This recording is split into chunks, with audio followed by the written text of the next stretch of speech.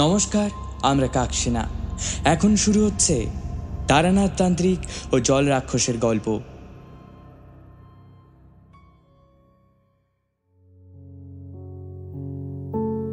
এই ভর দুপুরবেলা যতই ঘুমানোর চেষ্টা করছিলাম, ততই যেন নানান ধরনের চিন্তা মাথায় আসছিল। ভীষণ বিরক্তকর এক পরিবেশ সকাল থেকেই। এই রবিবার দেখে দেখে যে এত কেন বৃষ্টি হয় কে জানে বাবা। বিছানায় মুখ গুজে শুয়ে আছি, অমনি শুনতে পাই কিশোরী বাড়ির বাইরে থেকে চিৎকার করে ডাকছে, এই বিভূতি, আরে বাড়ি আছো? ও বিভূতি ভাই, বাড়ি আছো নাকি? আমি তো অবাক। কিশোরীর তো এখন কলকাতায় থাকার কথা নয়, ও তো বেশ কিছু দিনের জন্য নিজের দেশের বাড়ি গিয়েছিল। এত তাড়াতাড়ি ফিরে এলো হঠাৎ? গিন্নি গিয়ে ওকে দরজা খুলে দিল। এরপর কিশোরী হুড়মুড়িয়ে বাড়ির ভিতর প্রবেশ করলো। আরে এই বিভূতি, আরে তাড়াতাড়ি বেরিয়ে পড়ো ভাই, হাতে যে একদম কম সময়, তাড়াতাড়ি করো। আরে কি হলো বলো ভালো করে, আর কোথায় বা যাবো? আরে কোথায় আবার, তারানাথ তান্ত্রিকের বাড়ি যাব, তাড়াতাড়ি নাও। এই এত বেলা? হ্যাঁ লক্ষ্মী ভাইটি আমার, তাড়াতাড়ি চলো। এখন না যেতে পারলে হয়তো কয়েকজন মানুষের মৃত্যু হয়ে যাবে ইতিমধ্যে। কিশোরীর মুখে এই কথা শোনার পর আর দেরি করা চলে না। আমি তাড়াতাড়ি নিজের পাঞ্জাবিটা গলিয়ে নিয়ে কিশোরীর সাথে চললাম তারানাথ তান্ত্রিকের বাড়ি।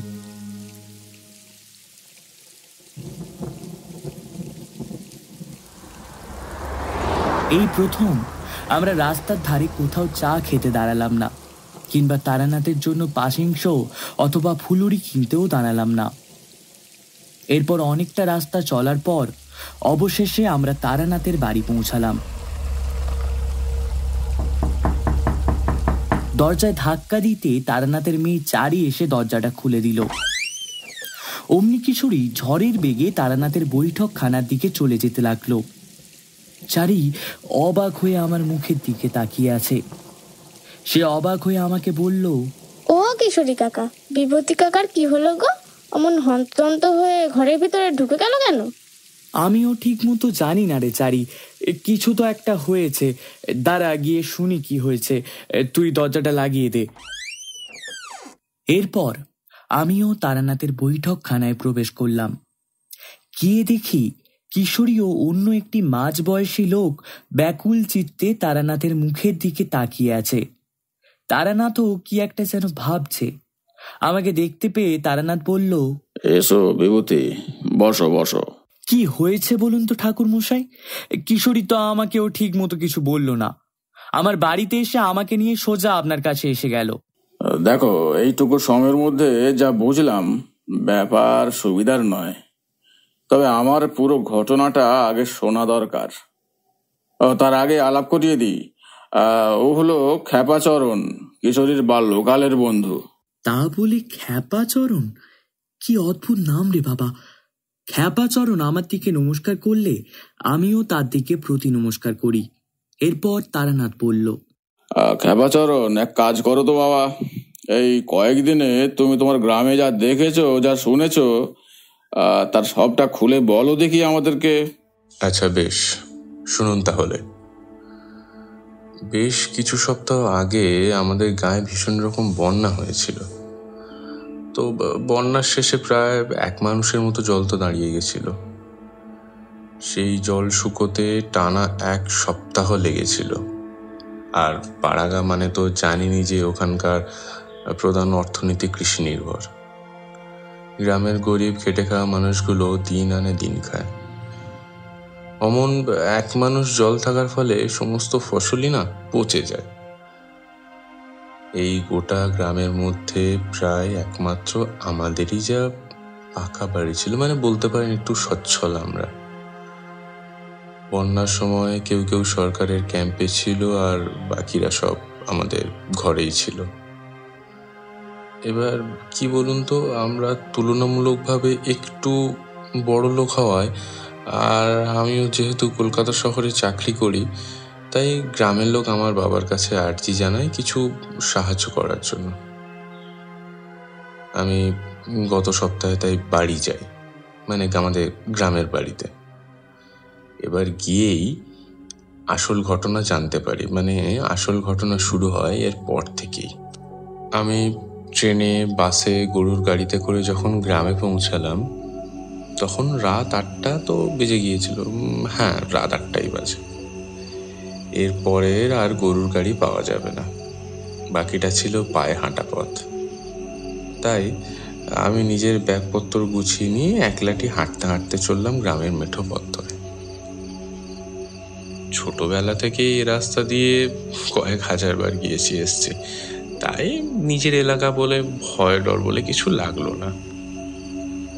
আমাদের গ্রামের রাস্তার পাশ থেকেই একটা খাল সমানভাবে গ্রামের ভেতরে চলে গেছে।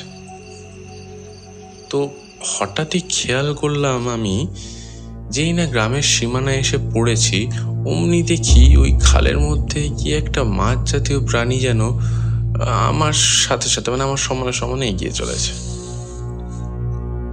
প্রথমে ভাবলাম হয়তো কোনো বড় মাছ বোধহয় আমার চায়না লাইটের আলোয় তেজ থেকে আকৃষ্ট হয়ে এগিয়ে চলেছে। মনে মনে একটু হাসতেও লাগলাম বটে।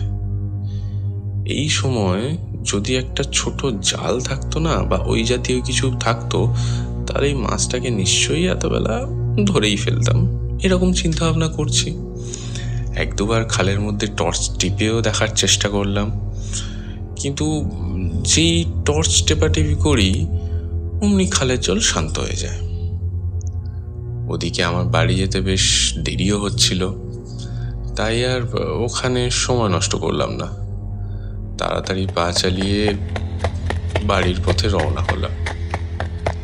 কিন্তু খালটা থেকে যতই দূরে চলে যেতে থাকলাম, একটা বিশ্রী প্রাণীর ডাক আমার কানে আসতে লাগলো। কেমন বলি বলুন তো, ঠিক যেন ওই বিড়াল বা কুকুর কাঁদলে যেমন আওয়াজ হয়, তার সাথে যদি খ্যাঁকশিয়ালের আওয়াজ মিশ্রণ করা যায়, সেই আওয়াজটাই এসে দাঁড়ায় আর কি। মানে ওই আওয়াজটাই আর কি সেরকম ছিল। আশেপাশে টর্চ টিপে ওই আওয়াজটা যেই প্রাণী থেকে আসছে সেই প্রাণীকে দেখার চেষ্টা করলাম, কিন্তু না, কিছুই চোখে পড়লো না। মনে হলো যেন আওয়াজটা আসছে খালের মধ্যে থেকে। কিন্তু বাপের জন্মে এমন কোনো জলজ প্রাণীর ব্যাপারে শুনিনি যে এমন বীভৎস আওয়াজ করতে পারে। আমার ওই মুহূর্তে ওই শুনশান রাতের অন্ধকারে রাস্তায় দাঁড়িয়ে সত্যিই তখন ভীষণ ভয় করতে লাগলো।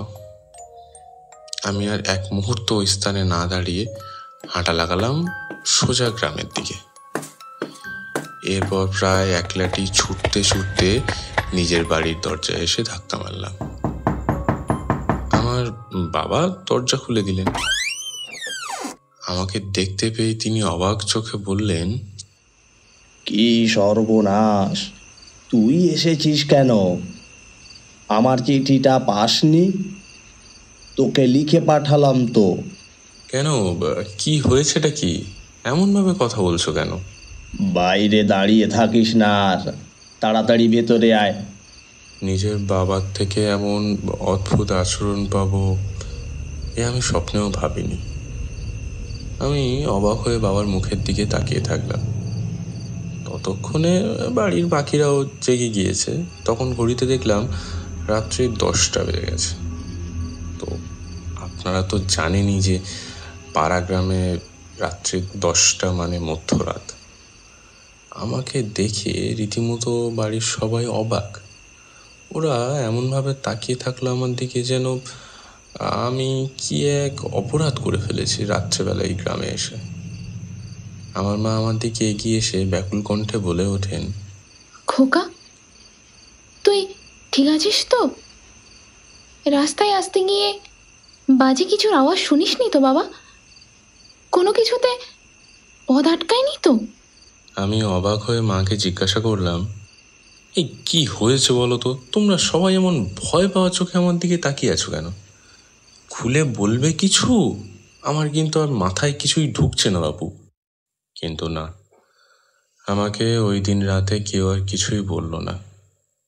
আমিও বেশি আর ওদের জোরাজুরি করিনি। কিন্তু আসল অবাক হওয়া তখন আমার বাকি ছিল। পরের দিন নিজের বাবা মা গ্রামের লোকের মুখে যে ঘটনা আমি শুনলাম, তাই কলকাতা শহরে প্রবেশ করার সাথে সাথেই কেমন যেন অবাস্তব লাগছিল। পরের দিন ঘুম থেকে ওঠার পর বাজারে গেলাম। সেখানে একটা ভেঙে পড়া জীবনের শেষ আশাটুকু হারিয়ে ফেলা কিছু মানুষের সম্মুখীন হলাম। তাদের সবার চোখে মুখে ভয় এবং আতঙ্কের ছাপ স্পষ্ট। আমাকে গ্রামের মোড়ল ডেকে বললেন, দেখো বাবা, তোমরা আজকালকার ছেলে আমাদের কথা কিভাবে নেবে বা আদৌ বিশ্বাস করবে কিনা জানি না। বিগত 2 সপ্তাহ হতে গেল আমাদের এই গাঁ কুসুমপুরে এক ভয়ানক অপদেবতার আবির্ভাব হয়েছে। আমি অবজ্ঞার সুরে বললাম, সে কি বলেন? তাহলে একেবারে একদম অপদেবতা? তা কেন কেন আপনাদের এইরূপ মনে হওয়ার কারণটা জানতে পারি কি? দেখো খ্যাপা, আগে পুরোটা শুনবে, তারপর বলবে। বিগত 1 সপ্তাহ ধরে আমাদের গায়ে যে মানুষই সন্ধ্যার পর এই সজলধারা খালটির কাছাকাছি এসেছে, সেই মানুষই বীভৎস প্রাণীর হাতে মারা গিয়েছে। এবং পরের দিন সকালে সেই মানুষটির রাত খাওয়া দেহ খালের ধারে উদ্ধার হয়েছে। এবং একটা মানুষ মারা যাওয়ার পর তাদের গায়ে মাছের মতো আঁশটে গন্ধ পাওয়া গেছে। আমি হেসে বললাম, এ তো ভীষণই সহজ। নিশ্চয়ই বন্যার জলে কোনো নদীর হিংস্র প্রাণী আমাদের এই খালের মধ্যে এসে পড়েছে, আর সেই এতগুলো মানুষকে মেরে ফেলেছে। তোমার কথা যদি সত্যি হতো বাবা, তাহলে তো আমাদেরই রক্ষে ছিল। কিন্তু আমাদের গাঁ কেন, পাশের গাঁ থেকেও নামি সব জেলেদের ডেকে এনে মোট 150টা জাল এই গোটা খাল জুড়ে ফেলা হয়েছিল। কিন্তু কি এক মন্ত্র বলে যেন সেই ভয়ানক বিভীষিকা ওই সময়ের জন্য এই খাল থেকে কোথায় উবে গিয়েছিল। সে কি বলছেন? 150টা জাল ফেলা হয়েছিল খালে, তবুও সেই জন্তুর টিকিটাও মিলল না?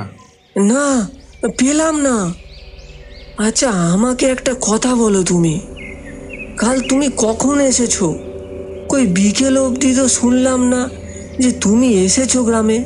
আগে আমি যখন গ্রামে আসছি ততক্ষণে এই গায়ের সব লোক কম্বল মুড়ি দিয়ে ঘুমোচ্ছিল।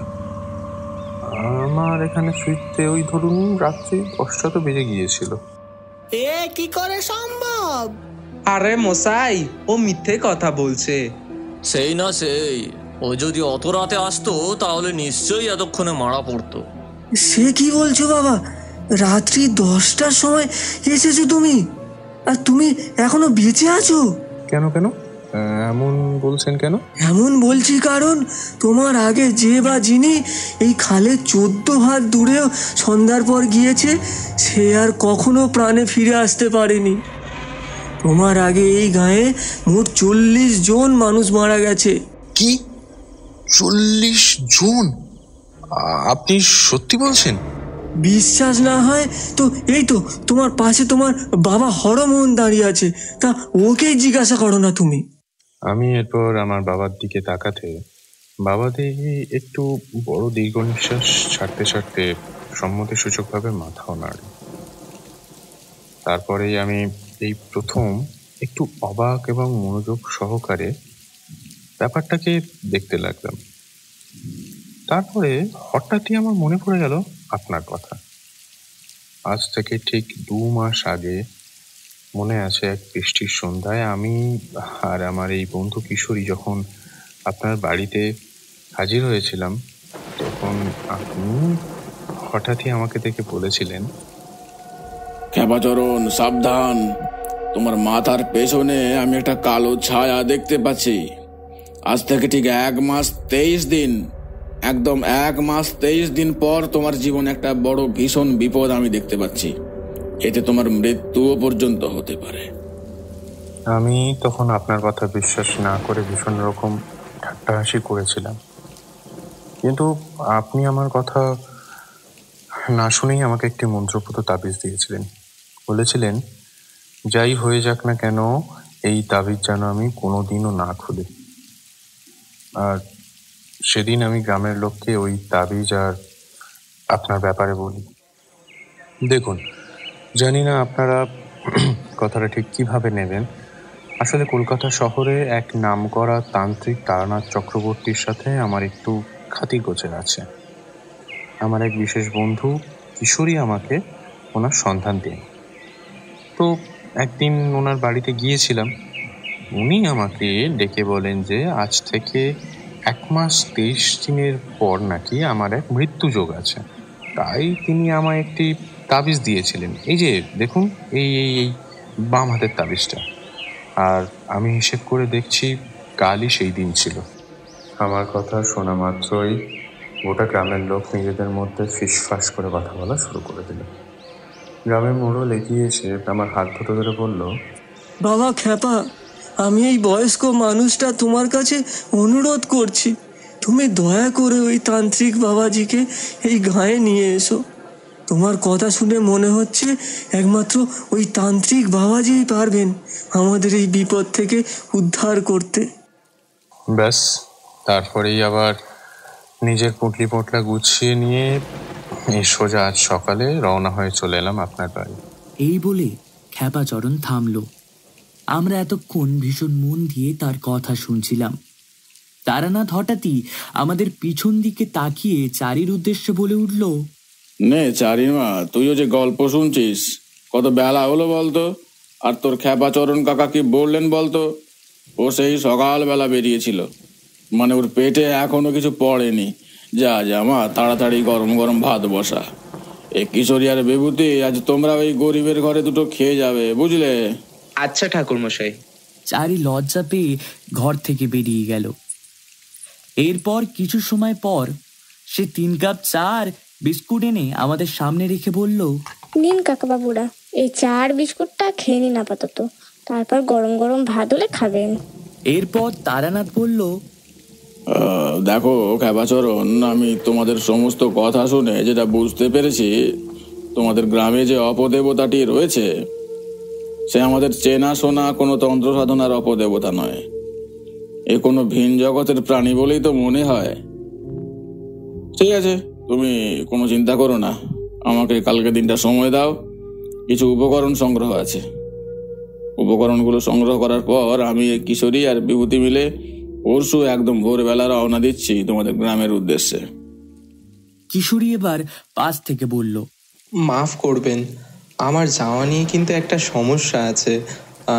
অফিসের কাজে কাল দুপুরেই আমাকে এক জায়গায় বেরোতে হবে। আমি বাড়ি ফিরবো একেবারে সেই পরশু। সে কি কিশোরী, তোমার বন্ধুর এমন বিপদ আর তুমি কিনা শেষে পালিয়ে যাচ্ছ? এমা না না, সেরকম কিছু নয় ঠাকুরমশাই। তবে আমি সত্যি খুব দুঃখিত। আমি কাল অফিসের কাজে না গেলে অফিসের সাহেব আমাকে ছাঁটাই করে দেবেন ঠাকুরমশাই, আর তখন আমাকে একেবারে পথে বসতে হবে। খ্যাপা, আমায় ক্ষমা করে দিস ভাই, আমার সত্যিই কিছু করার নেই রে। তবে চিন্তা নেই তোর, এই আমার বন্ধু বিভূতি আর ঠাকুরমশাই তো যাচ্ছেন, মানে তোকে আর এ বিষয়ে কোনো চিন্তাই করতে হবে না। কিশোরীর এই শুকনো সান্ত্বনা শুনে খ্যাপাচরণ শুধু খানিকটা শুকনো হাসি হাসল। তো এরপর তারানাথের বাড়িতে দুপুরে খাওয়া দাওয়ার সারার পর আমরা যে যার বাড়ি এসে গেলাম। খ্যাপাচরণ কিশোরীর বাসাতেই গিয়ে উঠেছিল। এরপর একটা দিন গোছগাছ করতেই কেটে গেল। অবশেষে সেই দিন উপস্থিত হলো। আগে থেকে ঠিক করা ছিল যে আমি আর খ্যাপাচরণ দুজন ভোর ভোর চলে আসবো তারানাথের বাড়ি। তারপর তারানাথকে সঙ্গে নিয়ে বেরিয়ে পড়ব। তারানাথ বেশ কিছুদিন মডলেনে থাকবেন না, তাই তার নিজের বউ নিজের মেয়েকে নিয়ে একটু পর বেরিয়ে যাবে তার বাপের বাড়ি। তারানাথকে দেখলাম একটা বিশাল বড় থলে সঙ্গে করে নিল। আমি অবাক হয়ে তাকে জিজ্ঞাসা করলাম, তা চক্রবর্তী মশাই, এতে আছেটা কি? এত বড় থলে সঙ্গে নিলেন হঠাৎ? তারানাথ মুচকি হেসে জবাব দিল, সে তো সময় হলেই বুঝতে পারবে, তবে পথে কিন্তু এই থলেটাকে সাবধানে রাখবে তোমরা, বুঝতে পেরেছো? দেখো, এতে কাঁচের জিনিস আছে, ভেঙে গেলে কিন্তু সব শেষ, বলে দিলুম। আমি অবাক হয়ে তারানাথকে জিজ্ঞাসা করলাম, সে কি, কাঁচের জিনিস দিয়ে কি হবে? কাঁচের জিনিস দিয়ে কিছু হবে না, তবে কাঁচের জিনিসের ভেতরে যে জিনিসটা আছে ওটা দিয়েই আসল কাজ হবে। নাও নাও, আর মেলা প্রশ্ন করো না তো, তাড়াতাড়ি পা চালাও, শুনেছি অনেকটা পথ নাকি রাস্তা। এরপর আমি, খ্যাপাচরণ আর তারানাথ মিলে একসাথেই চললাম কুসুমপুরের উদ্দেশ্যে। প্রথমে বাস, তারপর ট্রেনে চললাম। কিন্তু ভাগ্যদেবী বামে ছিলেন। আগের লাইনে নাকি একজন ঝাঁপ দিয়ে আত্মহত্যা করেছেন, তাই ট্রেন আসতে লেট হবে। তাই অগত্যা আমরা প্ল্যাটফর্মেই বসে রইলাম। খ্যাপাচরণ হঠাৎ তারানাথকে প্রশ্ন করে, আচ্ছা ঠাকুরমশাই, এই যে মানুষ আত্মহত্যা করে, তো এর ফলে মানুষের কি হয় বলুন তো? দেখো, তোমরা নিশ্চয়ই একটা প্রবচন শুনেছ যে আত্মহত্যা মহা পাপ। কিন্তু প্রশ্ন হলো পাপ কেন? এর একটা কারণ হলো প্রতিটি মানুষ কিছু না কিছু কর্ম করতেই এই পৃথিবীতে আসেন, আর তার কর্ম সম্পন্ন হলে তিনি আবার নিজ লোকে ফিরে যান। তাই তো কোনো মানুষের 99 বছর বয়স হলেও তিনি মারা যান না, আবার কোনো শিশু জন্মানোর সাথে সাথেই মারা যায়। অর্থাৎ পৃথিবীতে ওদের কর্ম ঠিক ওই অতটুকুই আছে। এবার আসি তোমার প্রশ্নের উত্তরে। ভগবান আমাদের যেই কর্ম করতে এই পৃথিবীতে পাঠিয়েছেন, আমরা যখন সেই কর্ম সম্পন্ন করার আগেই ইচ্ছাকৃতভাবে আত্মহত্যা করি, তখন আমাদের আত্মার আর সদ্গতি ঘটে না। তখন আমরা ওই ভূত প্রেত হয়েই এখানে ওখানে ঘুরে বেড়াই। এই যেমন ধরো, আমি তারানাথ চক্রবর্তী। আমাকে ভগবান পৃথিবীতে পাঠিয়েছেন কেন? এই টুকটাক মানুষের মঙ্গল করার জন্য। এই যেমন আজ আমি যাব গ্রামে ওই মানুষগুলোকে ওই অজ্ঞাত অপশক্তির হাত থেকে রক্ষা করার জন্য। কতটা পারবো তা জানি না, অন্তত চেষ্টা করতে তো পারি। এটাই আমার কর্ম। কিন্তু আমি যদি সেই কর্ম সম্পন্ন না করে ধরো এই রেল লাইনে মাথা দিয়ে আত্মহত্যা করি, তাহলে একবার ভাবো তো, ওই সাধারণ মানুষগুলো যারা আমার জন্য অপেক্ষা করে আছে তাদের কি হবে? আমার গিন্নি আর মেয়ে যে আছে তাদেরই বা কি হবে? যারা আমার তন্ত্র সাধনার উপর বিশ্বাস রাখে এবং ভবিষ্যতে তাদের বিপদ হলে আমার এই মঠ লেনের বাড়িতে সাহায্য চাইতে আসবে, তাদেরই বা কি হবে? তাই রাধা মাধবকে স্মরণ রেখে ভালো কর্ম করে যাও হে, ফলের আশা করো না। এরপরেই দূর থেকে আগত ট্রেনটা হর্ন দিয়ে উঠল। সমস্ত যাত্রীরা যারা সমস্ত প্ল্যাটফর্ম জুড়ে ছড়িয়ে ছিটিয়ে ছিল, তারা সজাগ হয়ে রেল লাইনের ধারে দাঁড়ালো। আমরাও যথারীতি নিজেদের তল্পি তল্পা গুছিয়ে নিয়ে ট্রেনে ওঠার জন্য প্রস্তুত হলাম।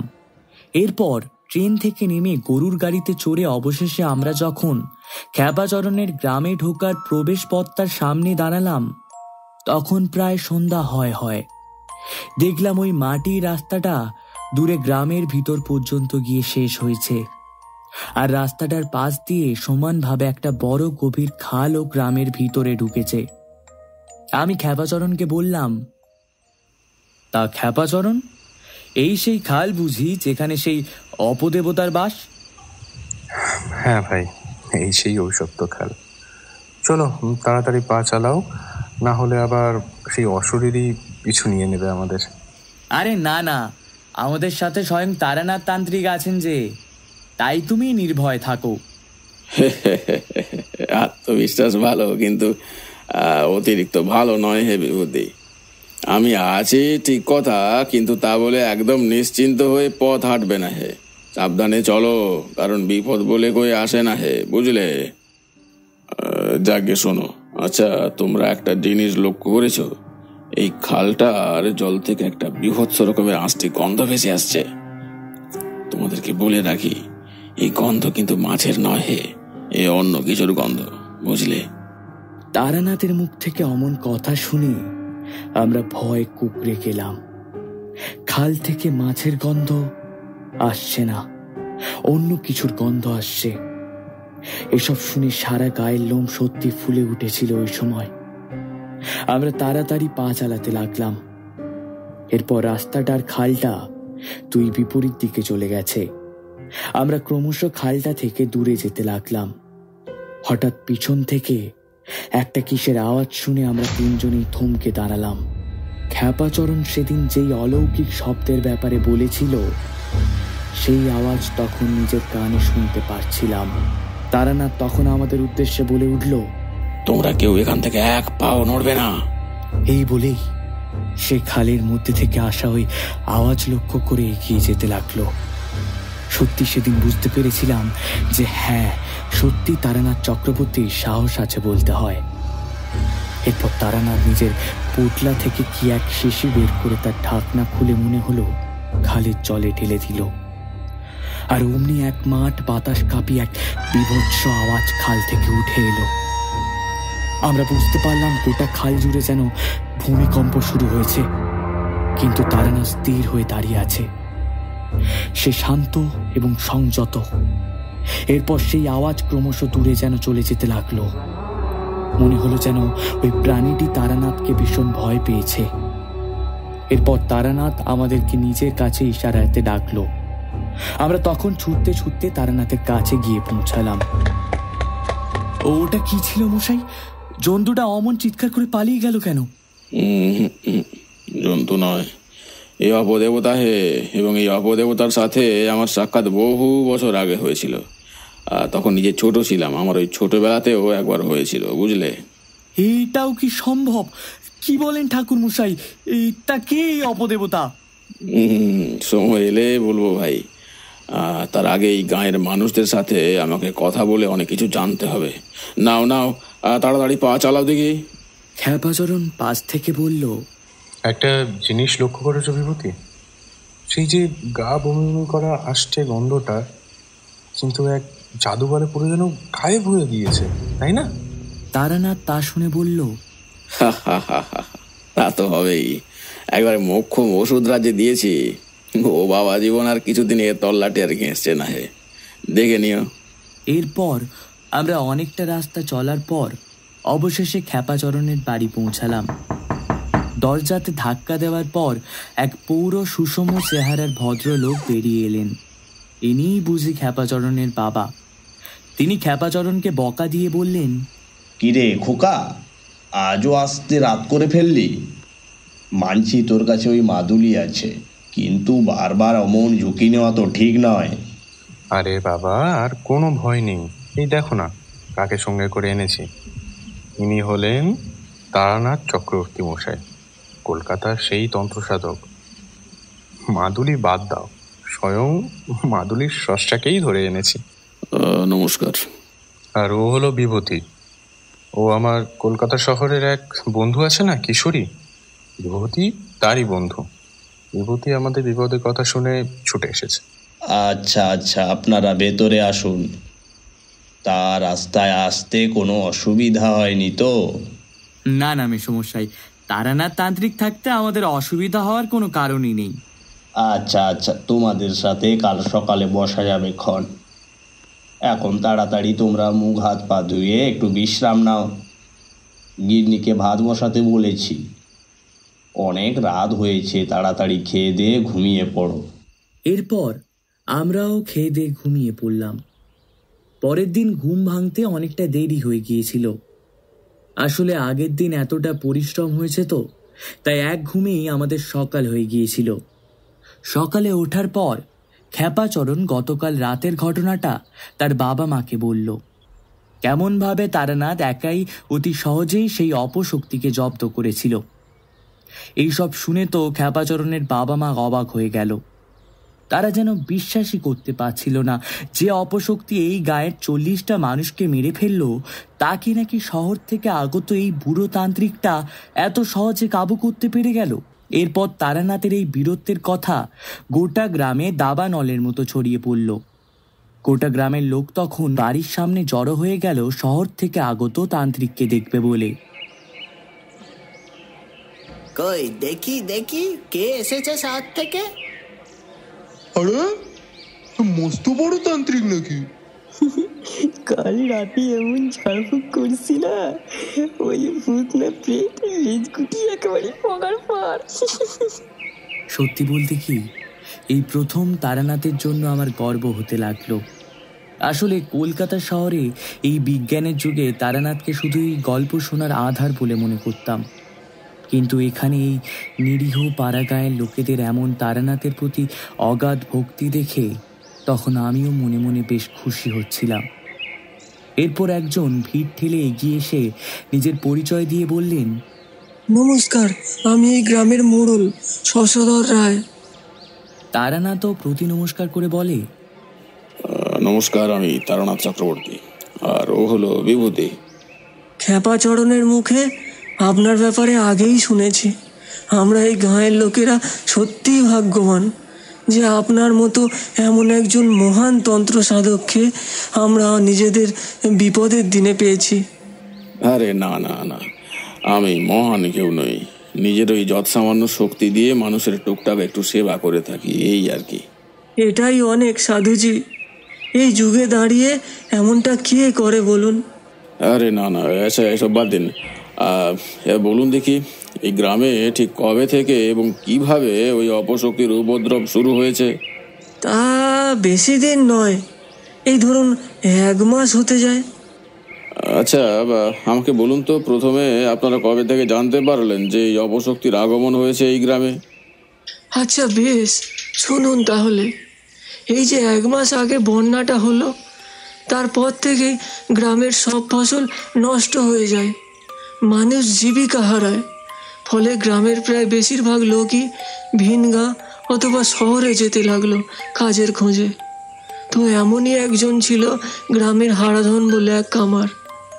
আগে গ্রামের এরোর বাড়িতে টুকটাক ডাকও পড়তো তার, কিন্তু বন্যায় সবার বাড়িঘর ভেঙে যাওয়ায় কেউ আর বিলাসিতা করে বাড়ির কাজে কামার ডাকতো না। তাই অগত্যা তাকে পাশের গাঁয়ে যেতে হয়েছিল কাজের সন্ধানে। আপনারা তো জানেন যে আমাদের সবই পায়ে হাঁটা পথ। তাই শহরে কাজ সেরে বাড়ি ফিরতে ফিরতে তার প্রায় সন্ধ্যাই হয়ে যেত। আর সেই দিন যখন সে সবেমাত্র খালটার পাশে এসে দাঁড়ালো, ঠিক তখনই হঠাৎই খালের জলের ভেতর একটা হেলদোল শুরু হয়ে গেল। সে প্রথমে ভেবেছিল খালে হয়তো কোনো বড় নদীর মাছ ঢুকেছে, তাই তাড়াতাড়ি পা চালিয়ে সে ঘরে যেতে লাগলো জালটা এনে মাছটা ধরবে বলে। তার তখন মনে হয়েছিল খুব বড় একটা মাছ, ওটা বেচলে ওর 2-3 সপ্তাহের খোরাক তো আরামসে হয়ে যাবে। তাই সে রাস্তা দিয়ে দৌড়তে দৌড়তে নিজের বাড়ির দিকে যেতে লাগলো। কিন্তু সে বোধহয় খেয়াল করলো না যে যাকে সে বড় মাছ ভেবে ভুল করছিল, সেই ভয়ানক জীবটি আসলে তার পিছু নিয়েছে। সে যখন ঠিক গ্রামের একদম সীমানার কাছে এসে গেছে, অমনি দূর থেকে রানা বলে একটা ছেলে দেখতে পেল যে একটা কালো কুচকুচে ভয়ঙ্কর দেখতে এক জীব খাল থেকে উঠে এসে পিছন থেকে হারাধনের উপর ঝাঁপিয়ে পড়ল। আর তার পর মুহূর্তেই তাকে হিড় করে টানতে টানতে খালের জলের মধ্যে টেনে নিয়ে গেল। এই অবিশ্বাস্য দৃশ্য দেখার পর সে কিছুক্ষণ বোবা হয়ে ওই স্থানেই দাঁড়িয়েছিল। তারপর সে যখন চিৎকার করতে করতে গ্রামের লোককে নিয়ে ওই খালের ধারে পৌঁছালো, আর তখন কই আর হারাধন। খালের জল পূর্বের মতোই স্বচ্ছ শীতল। সবাই তাই ধরে নিয়েছিল যে রানা বোধহয় তালতাড়ির নেশা করে উল্টোপাল্টা বকছে। পাগল নাকি? নিশ্চয় তাড়িয়ে গিলেছে হতভাগা। দূর, বেকার বেকার সব কাজ ফেলে উঠে এলাম, তোর দোষ। সবাই তাই তাকে কয়েকটা বিশ্রী গালাগালি দিয়ে সেই দিনের মতো যে যার বাড়ি চলে গেল। কিন্তু হারাধন আর ফিরে এলো না। পাশের গ্রামে তাকে খুঁজতে লোক পাঠানো হলেও তার আর কোনো পাত্তাই পাওয়া যায়নি। এর কিছুদিন পর আরো 3 জন লোক নিরুদ্দেশ হলো, এরপর আরো 5 জন, তারপর আরো 7 জন। এবার সবাই বুঝতে পারলো নিশ্চয়ই গ্রামে সত্যি সত্যি কোনো বিপদ ঘনিয়ে এসেছে।